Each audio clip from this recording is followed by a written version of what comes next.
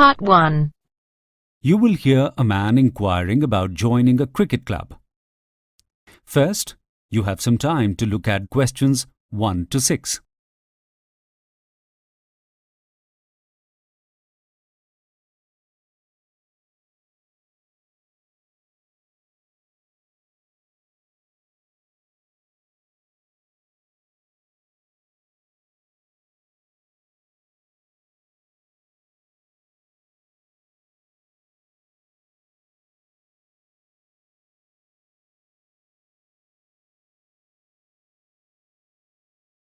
Listen carefully and answer questions 1 to 6. Hello, Monarch Cricket Club. Can I help you? Yes, I'm new to the area and I was hoping to join your cricket club. As a player or just a club member? Well, both actually. If I could get onto a team, that would be great. Well, you've called at the right time of year. We have tryouts next week. Let's get you an application to join the club as a member first. Then you qualify to try out. What's your first name? George. Okay, George. Great. And what is your surname? Abbott. George Abbott. That's A-B-B-O-T. Often people think it's spelled with 2 T's at the end, but it isn't. Thank you, Mr. Abbott. Now, what is your date of birth? Actually, it's my birthday today. I'd completely forgotten with the move and everything. Oh, many happy returns. So it's the 18th of March. Can you tell me the year, please? Of course, I was born in 1990. Excellent. We are always happy to get some young blood into the club. Now, as far as membership goes, do you know any of our current members? We generally like our members to be introduced to the club. I don't know anyone really. I've just moved to the area. My new neighbour, Max Blythe, suggested I join. Is he a member? Yes, Max has been with the club for many years. I'll check with him, of course, but I'd say we could put him down as your introducing member. So you live on Angel Drive then? Yes, number 46.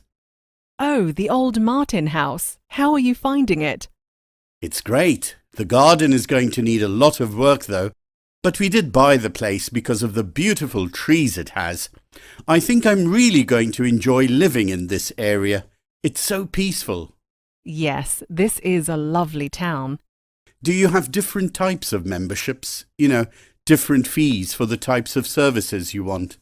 Yes, general membership is £900 per year. That gives you access to the clubhouse and restaurant and 2 free tickets to all home matches. Is there any discount if I'm playing cricket for the club? That's what happened at my last club. No, the price is the same, but you get access to the gym and swimming pool for no extra charge. All right then. So if I don't make the team, do I pay extra for the gym? I really need to join one, and usually the gym costs at a club are much cheaper than a regular gym. Yes, it's an extra £500 per year. Let's sign you up for general membership for now, and if you don't make the team, we can add on the gym fee later. That sounds like a good idea. By the way, what do you do for a living? I'm a new intern at the local hospital here. A what? I'm a doctor at the hospital. That's why I've moved here for the job. My wife is a lawyer, but she hasn't found a job here yet. Before you listen to the rest of the conversation, you have some time to look at questions 7 to 10.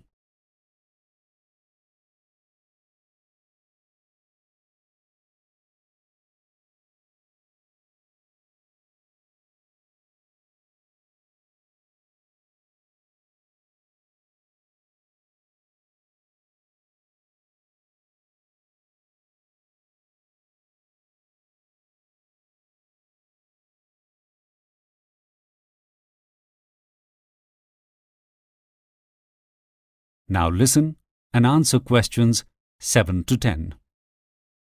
Now let's sign you up for tryouts while I have you on the phone. Yes, when are they? This Saturday on the Oval at 9 a.m., are you a bowler or a batsman? Or perhaps you are an all-rounder? I wish I were an all-rounder, but no, I'm a bowler. That's interesting. We are always looking for bowlers. And what was the last team you played for? I played the last 3 seasons with the Hillside Cricket Club in Dorset. That's where I was living until I moved here. I was born in the village of Hillside. In Dorset, did you say? Is that D-O-R-S-E-T? Yes, we actually won the county championship last year. How many years have you been playing cricket? All my life, really, but I've been playing competition cricket 17 years. Most people start when they are around 15 years old, but I started younger. OK, thank you very much. I'll give this information to the coach, so he will be expecting you on Saturday. Then you can come into the clubhouse and finalise your application. So, will I see you on Saturday? Yes, see you then. Goodbye. That is the end of part 1. You now have half a minute to check your answers.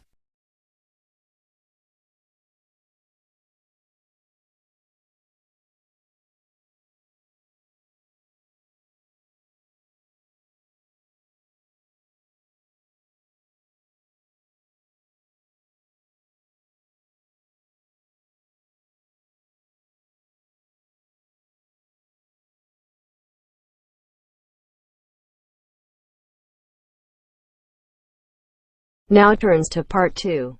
Part 2.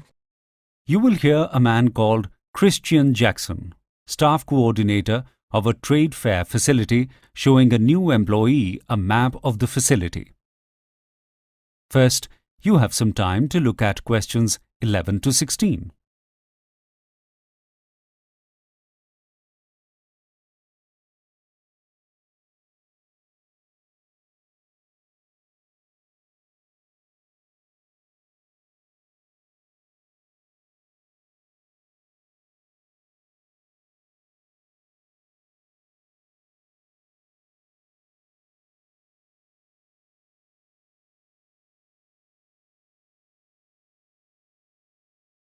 Now listen carefully and answer questions 11 to 16.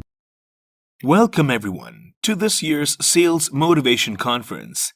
I can already see a lot of faces that I recognize from previous conferences. So welcome back. And to all the new delegates, welcome. We hope that you gain a lot over the next 4 days. Boost your confidence and get lots of energy to go back to your jobs refreshed and ready to sell. We have 12 motivational speakers here for the conference, all ready to give you their ideas and tips for how to improve your sales performance. The keynote speaker is world-famous motivational star Melissa Foreman. She's going to open the conference today directly after I speak to you, and then she will have 4 two-hour sessions, 1 this afternoon and the other 3 on the mornings that follow at 11 a.m. Her presentation is called Bounce Back, and it is an entertaining talk about how to take the knockbacks and refusals, how to turn them around, and how to succeed in the long run. When you attend Melissa's talk, you will also have the opportunity to buy a signed copy of her latest book with the same title as her presentation at a discounted rate. Melissa is giving the same talk 4 times, so we ask that you only attend her talk once so others are able to get to see it. I know that many of you have decided to attend this conference just to hear Melissa speak, but make sure you make the most of the other great motivators on our roster, who all have incredibly inspiring offerings.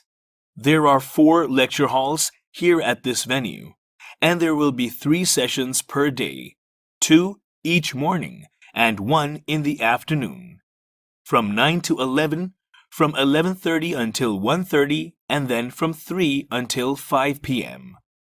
Each speaker will be giving their presentation 4 times, so over the next 4 days, if you attend 3 sessions a day, you should be able to attend one presentation from every motivator.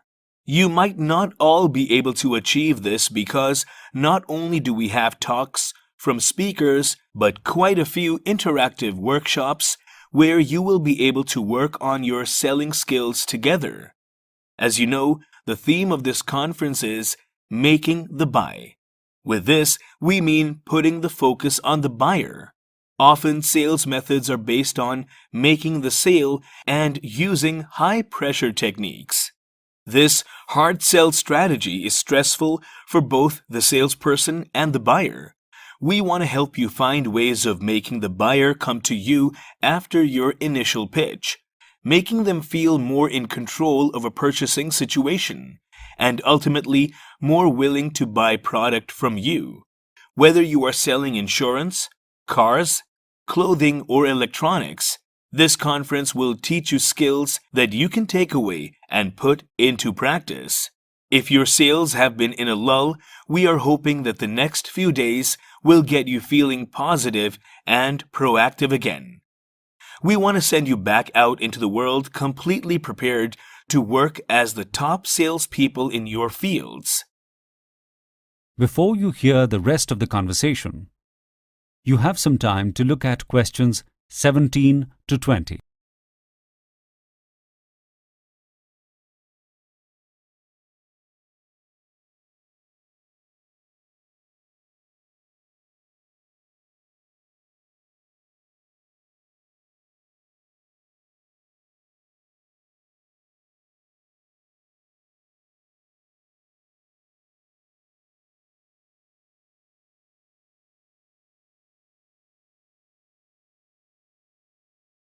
Now listen and answer questions 17 to 20.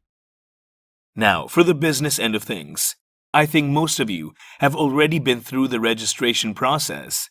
If not, we ask that you get that out of the way before you attend any sessions, and the conference fee should be paid in full. If you have driven here today and just registered, use the free parking card you received when you registered to leave the car park this evening. If you try to leave without being able to show your card, you will be charged for parking. So make sure you keep it with you. We ask that you wear your ID cards at all times when in the building. I probably don't need to tell you that this is a non-smoking venue, which includes outside in front of the building. Lunch will be available in the banquet hall every day from 1:30 until 3, where there will be a buffet that also has vegetarian and vegan options. There are 6 seating areas with tea and coffee facilities scattered all over the venue. There are also plenty of power stations to charge your phones and laptops. We ask that all telephones be turned off during sessions, and any recording of sessions is not permitted. If anyone has any questions, the registration desk will be staffed for the entirety of the conference, and they will help you with anything you need. So again, welcome to our motivational conference, and we hope the next few days will get you all fired up to and ready to succeed in a very competitive and fast-paced work environment. That is the end of part 2. You now have half a minute to check your answers.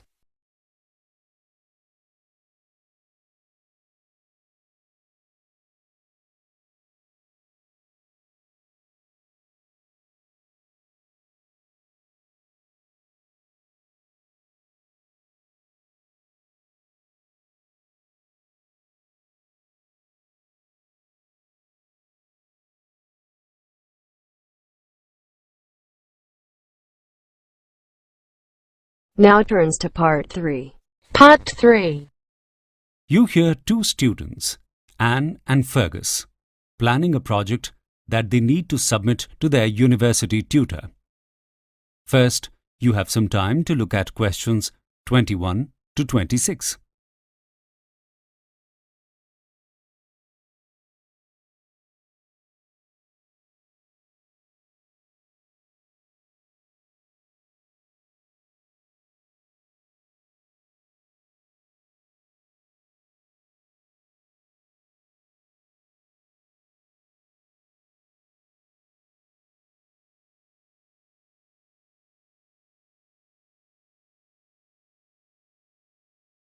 Now listen carefully and answer questions 21 to 26. I'm glad I'm doing this project with you, Fergus. I think we will work very well together. How do you think we should go about it? I really like the idea of a project on how potato crisps are made. I did find the whole production process a bit complicated in the lecture, though. It may only take about 15 minutes to get from potato to crisp in a sealed bag, but there are a lot of steps in that process. I think it would be clearer to us if we draw up a flowchart. Then we can see what pieces of machinery are needed for each point in the process. Good idea.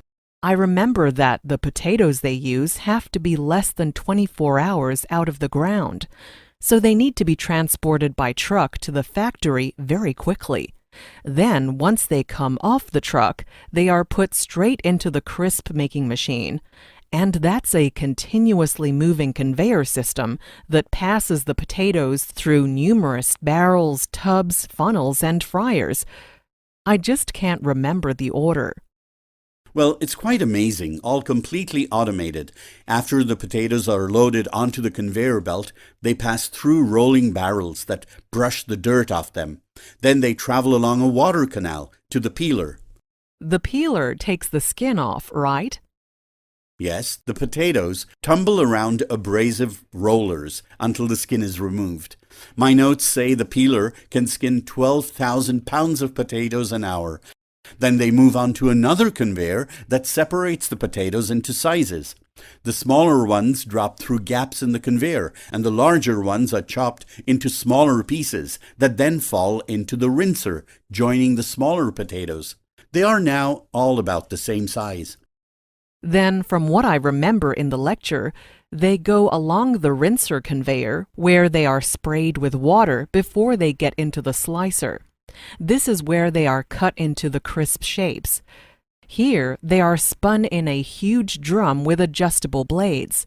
From just one potato, they get enough crisps for a small packet. And then they are rinsed in cold water for about a minute before they pass along another conveyor belt, which dries off the excess water with an air blower. Okay, that's all a bit clearer now. So then they enter and move through the long fryer, which contains canola oil boiling at 190 degrees Celsius.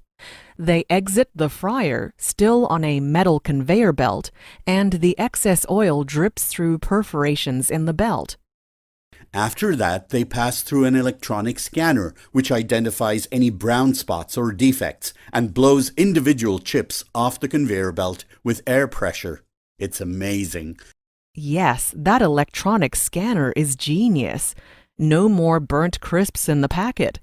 Then they get a shower of salt and are sprayed with flavorings before dropping through a funnel.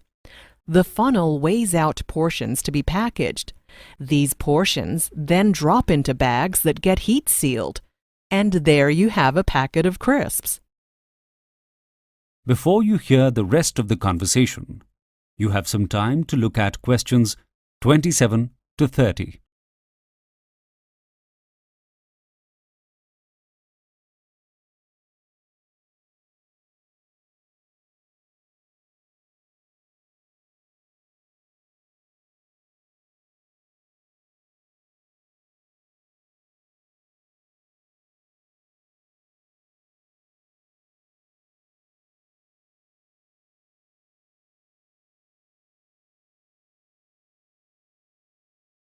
Now, listen and answer questions 27 to 30.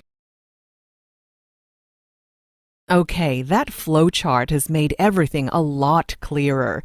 Now our project is to come up with some way to reduce the amount of water consumption in the process. How are we going to go about this? We definitely need to visit a factory ourselves and talk to the people who run the machines.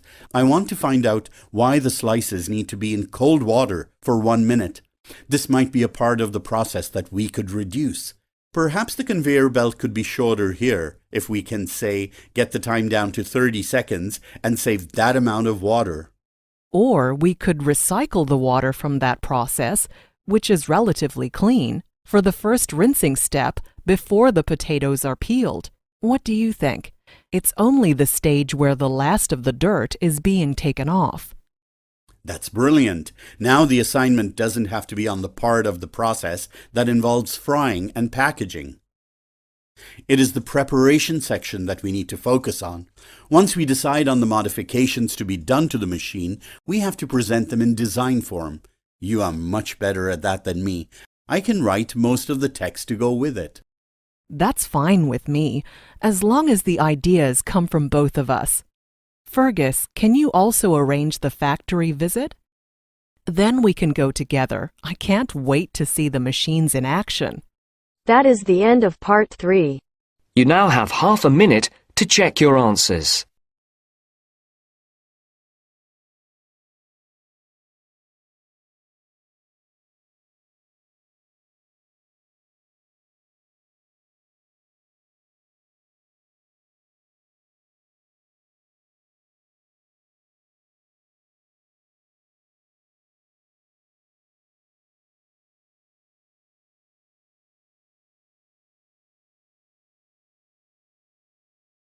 Now turns to part 4. Part 4. You will hear a part of a lecture about fillings in teeth. First, you have some time to look at questions 31 to 40.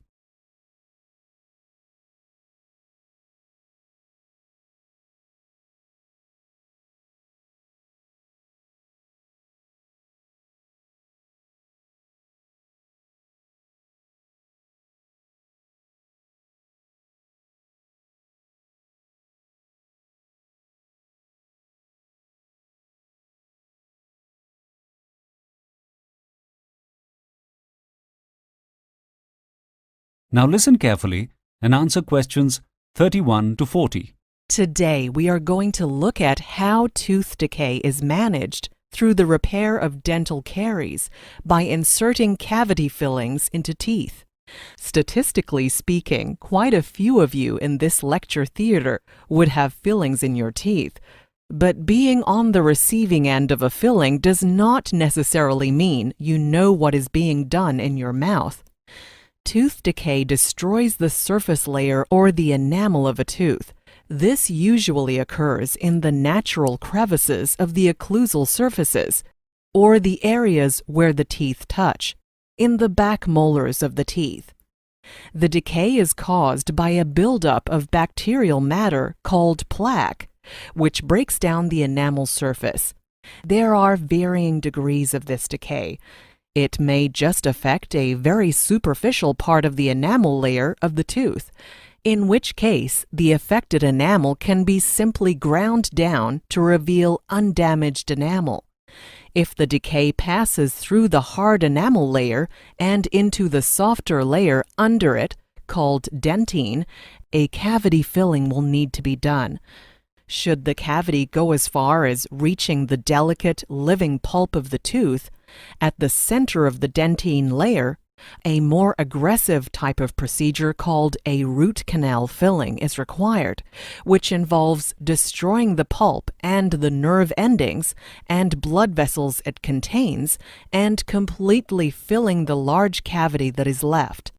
Another option is to remove the tooth entirely and replace it with a dental implant, a metal post which is surgically embedded into the jawbone so that the prosthetic replacement tooth can be attached to it. Let's look at the most common procedure, which is a cavity filling for a tooth where the dentine layer has been compromised. The dentist cleans away the remaining decay in the tooth with a drill after the patient has received a numbing local anesthetic. This removal of decayed enamel and dentine prevents further damage, but the tooth now needs to be repaired with a filling to make it sound again. Cavity filling material was traditionally a silver metal amalgam, but now most dentists have started using composite resin to fill teeth, as it has the advantage of being able to be color matched to that of the enamel, while amalgam fillings are the color of metal. In the past, amalgam fillings were the more durable option, but now configurations of composite resin have been developed which are nearly as durable. A composite resin filling is injected into the prepared cavity in a paste form with a pump syringe that allows the dentist to fill the cavity in layers of the resin. Each layer is hardened separately by curing it with ultraviolet light in a process called photopolymerization. This means the paste can mold exactly to the shape of the cavity. After the final layer, the dentist then shapes the surface to match the natural occlusal surface of the tooth. Amalgam is used to fill the teeth in a similar way. Silver amalgam is a combination of silver, tin, and mercury, and is mixed in a machine in the surgery before being inserted. Remember, the composite resin arrives already mixed in a pump syringe. With an amalgam filling, the dentist needs to remove more of the tooth to create retention grooves. This means carving certain angles and bevels into the teeth so that the filling locks into the structure of the tooth, a bit like a jigsaw. In this way, it is less likely to fall out. This is not necessary with composite resin, as it uses a chemical bonding process rather than relying on more mechanical retention. The amalgam is packed tightly into the cavity and then molded and carved to fit the shape of the tooth surface. It takes about 24 hours to harden completely, so the patient needs to avoid chewing in that time. The important thing for both processes is that all the decaying tooth matter is completely removed before the tooth is filled, or the decay may return under the filling and might result in the loss of the tooth. The choice of whether to have composite resin or amalgam fillings can be decided upon the balance of a number of factors. Composite resin fillings are more aesthetically pleasing, as they are the same color as the teeth, and their insertion means that less tooth matter needs to be removed. So the teeth are less compromised in terms of strength and durability. Also, composite resin does not contain mercury, which is of concern to many patients. Amalgam fillings, however, are less expensive and more durable. That is the end of part 4. You now have half a minute to check your answers.